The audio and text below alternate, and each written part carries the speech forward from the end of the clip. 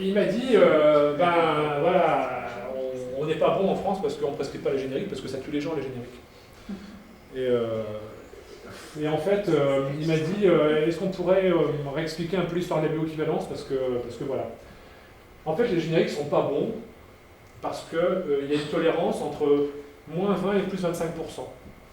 Donc c'est pas bon les génériques, c'est très très mauvais même. Enfin, c'est scandaleux de prescrire des médicaments où il peut y avoir une différence d'efficacité de plus ou moins 20 ou 25% chez des patients qui en souffrent. Et donc il faut à tout prix leur prescrire des princeps. En fait, c'est pas du tout ça. C'est pas du tout ça. En gros, vous faites une courbe de concentration de produits actifs dans le sang chez 50 sans volontaire sain. Ce qui pose d'autres problèmes, et on en parlera après si vous voulez. Donc on est nerf sous la courbe. Donc on a une surface. Donc vous avez un Tmax, vous avez une concentration minimale d'efficacité, enfin bref, vous prenez des paramètres sur votre nerf sous la courbe, mais en gros, on va être considéré qu'on s'intéresse à la surface de cette nerf sous la courbe de concentration du produit en fonction du temps. On fait ça pour le générique, on fait ça pour le princeps, et en fait on divise l'un par l'autre. Donc c'est un ratio. Donc déjà, ça change un peu les choses. Et en fait, le ratio, évidemment, comme c'est deux échantillons, on va faire un écart-type, on va faire une courbe de Gauss, hein, tout simplement. Et en fait, c'est simple, c'est soit la courbe de Gauss est parfaitement entre les deux bornes, les fameux 20% d'efficacité. Vous vous rendez compte, messieurs, mesdames, c'est pas possible qu'il y ait une différence aussi importante entre les génériques et les princeps.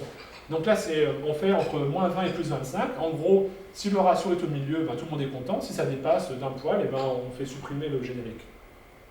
Alors vous allez me dire, il y a quand même une différence d'efficacité. Enfin, l'efficacité, il y a quand même une différence de concentration en fonction du temps entre le générique et le princeps, parce qu'il y a une tolérance de moins 20, 25 et 20, 25, encore une fois, c'est énorme.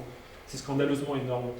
Et en fait, ce que oublient les gens qui sortent ça systématiquement, parce qu'il y a des Fabrice Lucchini de la bioéquivalence qui sortent ça à chaque interview en disant moins 20 plus 25 c'est scandaleux. Ce qu'ils oublient de dire, c'est que ça, c'est une tolérance. Maintenant, qu'est-ce qui se passe en réalité? Je vais vous faire voir ce qui se passe en réalité. Encore une fois, je n'ai pas rencontré un membre de la NSM dans un sous-sol pour le payer pour avoir ce tableau. Ces tableaux, ils sont tout à fait publics. Il faut aller les chercher sur le site de l'EMA. En fait, j'ai dit une bêtise. C'est l'EMA, donc la Société européenne des médicaments, qui chapeaute toutes les agences sanitaires européennes. Il vous donne le résultat, par exemple, de la différence de bioéquivalence entre le clopidogrel-malan et le Plavix. Donc ça fait des chiffres très compliqués, hein, je suis d'accord. Hein. Tout ça, c'est des paramètres de la courbe de bioéquivalence. En fait, ce qu'il faut simplement regarder, c'est le ratio. Donc c'est facile, vous avez le mot ratio ici. Et là, vous avez le chiffre, observez. Il est de 1. Donc c'est égal. Enfin, c'est le même, c'est la même courbe.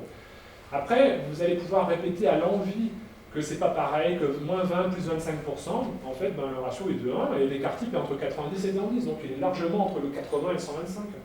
Donc ça, c'est l'air sous la courbe entre temps 0 et temps t, l'air sous la courbe entre 0 et infini, c'est-à-dire en fait c'est l'air de la courbe totale, et le ratio est à 98% ici, et le écart-type est entre 87 et 109. Est-ce que ça vous semble scandaleux? Est-ce que c'est pareil avec les autres labos qui font du clopidogrel? Oui. Ouais. Vous avez fait pour tous les... Non, j'en ai fait 3. Parce que j'ai une vie de famille. J'ai sorti ça, et là, évidemment, maintenant, ça fait un peu moins peur quand on voit qu'il y a un ratio de 1 ou de 0,98. C'est moins angoissant. Maintenant, on peut discuter à l'infini. On va vous dire, oui, mais les patients, ce ne sont pas des volontaires sains de 30 ans, à 40 ans, à 50 ans. Oui, c'est sûr, c'est sûr. La réponse est simple, c'est OK.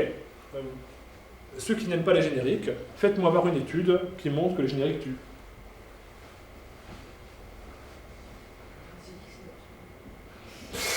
C'est pas pareil.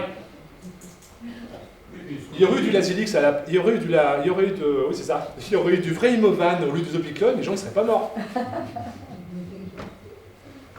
Et en fait, le truc, c'est ça, c'est simplement que c'est une communication qui est très habile parce que le moins 20 plus 25%, ça parle vraiment aux gens.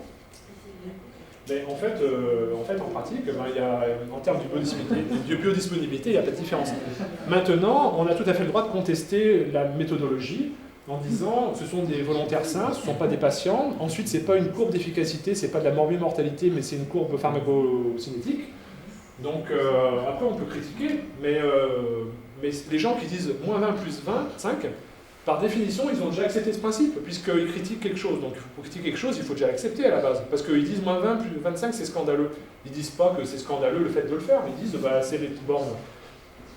Et quand vous avez un médicament à marge thérapeutique étroite, je ne me souviens plus du chiffre, mais l'écart type est resserré. Enfin, bon, voilà, après encore une fois, c'est très polémique, mais montrez-moi une étude où on montre que le générique tue les gens qui sont sous princeps. Et nous, on a de la chance, les cardiologues, parce qu'il y a un article dans le JAMA qui est sorti je ne sais plus en quelle année, et qui avait étudié 3-4 médicaments cardiovasculaires fréquents, et il n'y avait aucune différence entre les deux, quoi. De morbimortalité, hein, pas de... C'était sur des études genre CNAM, ils regardaient, ils faisaient des cas témoins, exposés, pas exposés au générique, et en fait, bah, que ce soit princeps ou générique, c'était pareil, quoi.